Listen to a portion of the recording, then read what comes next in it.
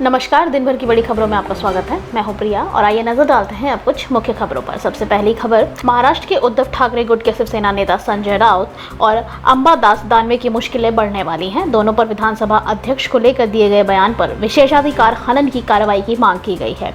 BJP विधायक नितेश राणे ने विधानसभा secretary को पत्र लिखा है। उन्होंने कहा कि संजय राउत और अंबादास विधानसभा अध्यक्ष पर दबाव बनाने के लिए लगातार बयान दे रहे हैं। उनके बयान राजनीति से प्रेरित है। ऐसे समय में जब राज्य में विधेयकों की अयोग्यता पर चल रही सुनवाई लंबित है, तब उनके बयान कार्रवाई से प्रभावित करने का प्रयास है। महाराष्ट्र में बीजेपी और एकनाथ शिंदे के नेतृत्व में चल रही सरकार को लेकर संजय राउत ने कहा कि संविधान, कानून और विधेयकों को बेईमानी से विलंबित किया जा रहा है। संवैधानिक पद पर बैठकर गैर कानूनी तरीके से बनी सरकार को चला रहे हैं। संजय राउत ने यह भी कहा कि विधानसभा अध्यक्ष तानाशाही कर रहे हैं तो वहीं तानाशाही नहीं चलेगी। हमने जो किया है वह सही है। राउत ने आरोप लगाया कि विधानसभा अध्यक्ष एक पक्षीय कार्रवाई कर रहे हैं। तो वहीं अंबादास दानवे ने विधान परिषद में नेता प्रतिपक्ष हैं। उन्होंने भी राउत की तरह ही बयान दिया। दानवे ने कहा कि विलंबित न्याय भी अन्याय है और वह अन्याय विधानसभा अध्यक्ष द्वारा किया जा रहा है। अगली खबर, हजरतगंज स्थित विधायक निवास में भाजपा विधायक योगेश शुक्ला के फ्लैट नंबर 804 में रविवार देर रात उनके मीडिया सेल के कर्मचारी ने फांसी लगाकर खुदकुशी कर ली। सूचना पर पहुंची पुलिस दरवाजा तोड़कर भीतर गई और फंदे से शव को उतारा। अभी तक खुदकुशी की वजह का पता नहीं चल सका है। पुलिस तफ्तीश शुरू कर चुकी है। हजरतगंज इंस्पेक्टर प्रमोद कुमार पांडे ने बताया कि बाराबंकी हैदरगढ़ निवासी 24 वर्षीय श्रेष्ठ तिवारी बीकेटी विधायक के मीडिया सेल में काम करता था। रविवार रात को वह फ्लैट पर अकेला था। रात करीब 11:30 बजे श्रेष्ठ ने फांसी लगा ली। इंस्पेक्टर के मुताबिक अभी तक कोई सुसाइड नोट आदि बरामद नहीं हुआ है। खुदकुशी का कारण पता किया जा रहा है। मृतक के परिजनों को घटना की जानकारी दी गई है। वहीं भाजपा विधायक योगेश शुक्ला सोमवार सुबह सिविल अस्पताल पहुंचे और मामले की जानकारी ली है। इंस्पेक्टर ने बताया कि श्रेष्ठ ने खुदकुशी करने से पहले किसी एक परिचित या रिश्तेदार को कॉल करके कहा कि वह खुदकुशी करने जा रहा है। जिसने उसे कॉल की थी उस शख्स ने पुलिस कंट्रोल रूम को सूचना दी। इसके बाद पुलिस टीम ने फ्लैट नंबर 804 में भेजा गया। दरवाजा भीतर से बंद था। तोड़कर जब पुलिस भीतर दाखिल हुई तो श्रेष्ठ को फंदे से लटकता मिला। पुलिस ने उसका मोबाइल और फोन कब्जे में ले लिया है।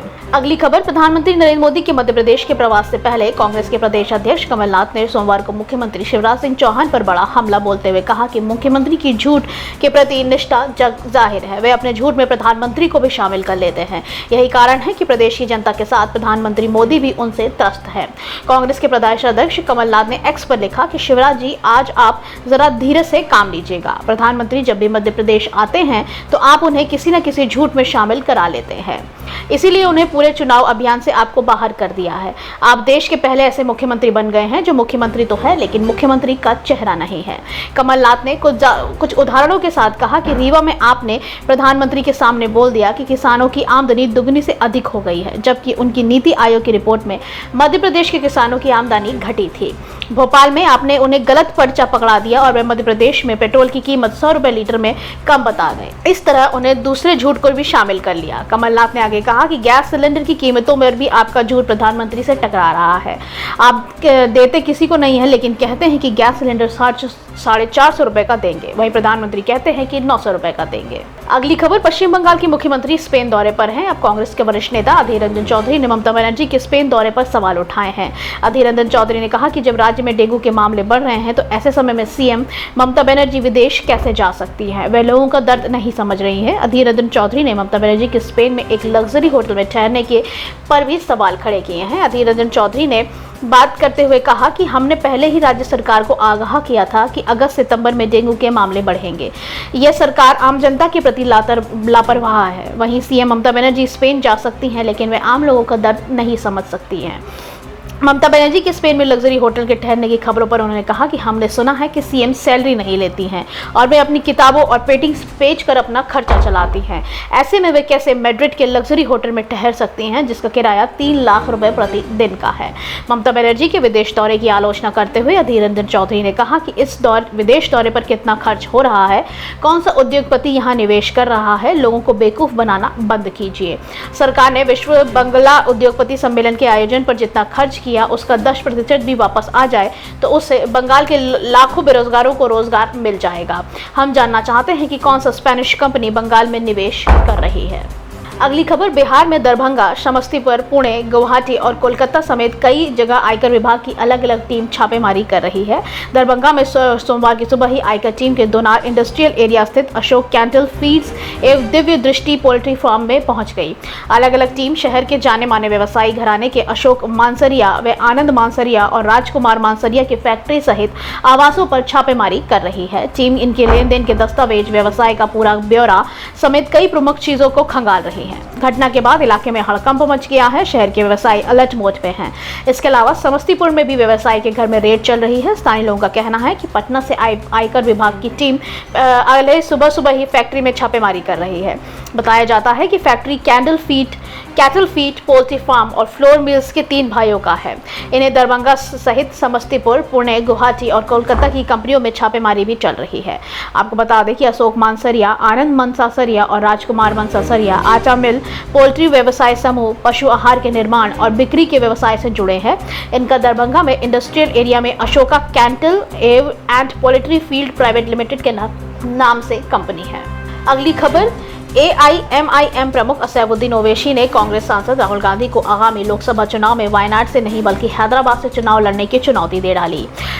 ओवैसी अपने संसदीय क्षेत्र हैदराबाद में एक सार्वजनिक सभा को संबोधित कर रहे थे। ओवैसी ने कहा कि उत्तर प्रदेश में अयोध्या में बाबरी मस्जिद को सबसे पुरानी पार्टी के शासन ने ध्वस्त करके गिराया था। उन्होंने कहा, मैं आपके नेता राहुल गांधी को वायनाड नहीं बल्कि हैदराबाद से चुनाव लड़ने की चुनौती दे रहा हूँ। आप बड़े बड़े बयान देते रहो, मैदान में आओ और मेरे खिलाफ लड़ो। कांग्रेस के लोग बहुत कुछ कहेंगे लेकिन मैं तैयार हूं। बाबरी मस्जिद और सचिवालय की मस्जिद को कांग्रेस शासन के तहत ध्वस्त कर दिया गया था। तेलंगाना में कांग्रेस और AIMIM आमने सामने हैं क्योंकि दोनों पार्टियां इस साल के अंत में होने वाले राज्य के आगामी विधानसभा चुनाव में शीर्ष पर पहुंचने के लिए कड़ी मेहनत कर रही है।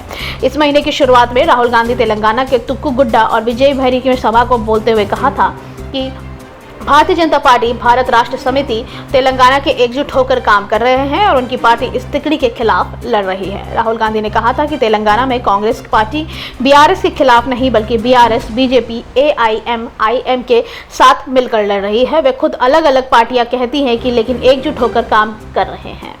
अगली खबर, राष्ट्रवादी कांग्रेस पार्टी के नाम पर चुनाव चिन्ह को लेकर शरद पवार और भतीजे अजीत पवार में रस्साकसी चल रही है। निर्वाचन आयोग की सुनवाई पर महाराष्ट्र के उप मुख्यमंत्री अजीत पवार ने कहा कि आयोग का जो भी फैसला होगा वह उन्हें स्वीकार होगा।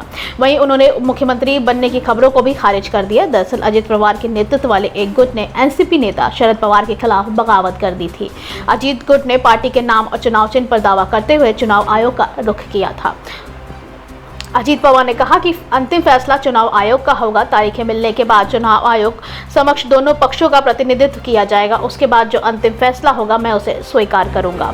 वहीं पत्रकारों ने जब महाराष्ट्र के डिप्टी CM अजित पवार से CM बनने के बारे में पूछा तो उन्होंने कहा कि इस खबर में कोई भी सच्चाई नहीं है, वे केवल विकास के बारे में सोचते हैं। अजीत पवार का कहना है कि इससे पहले जब आरक्षण दिया गया था तो कोर्ट ने शिक्षा में आरक्षण की अनुमति दी थी लेकिन रोजगार में नहीं। उन्होंने कहा, यह 3 दलों की सरकार है, इसलिए मैं इस मुद्दे में CM और डिप्टी CM के सामने रखूंगा और हम इसके लिए एक समाधान खोजने की कोशिश करेंगे। गौरतलब है कि 5 जुलाई को निर्वाचन आयोग के 40 सांसदों, विधायकों और MLC के हलफनामों के साथ कुछ NCP सदस्यों का एक प्रस्ताव भी मिला था जिसमें उन्होंने अजीत पवार को SME प्रमुख के रूप में चुना था। इस संबंध में पत्र 30 जून को लिखा गया था। इससे 2 दिन पहले अजीत पवार ने NCP पर 2 फाड़ कर दिया था और 8 मंत्रियों के साथ शपथ ग्रहण की थी। अजीत ने महाराष्ट्र के उप मुख्यमंत्री के रूप में शपथ ली थी। आज के लिए बस इतना ही। बाकी खबरें जानने के लिए देखते रहिए द पब्लिक इंडिया। धन्यवाद।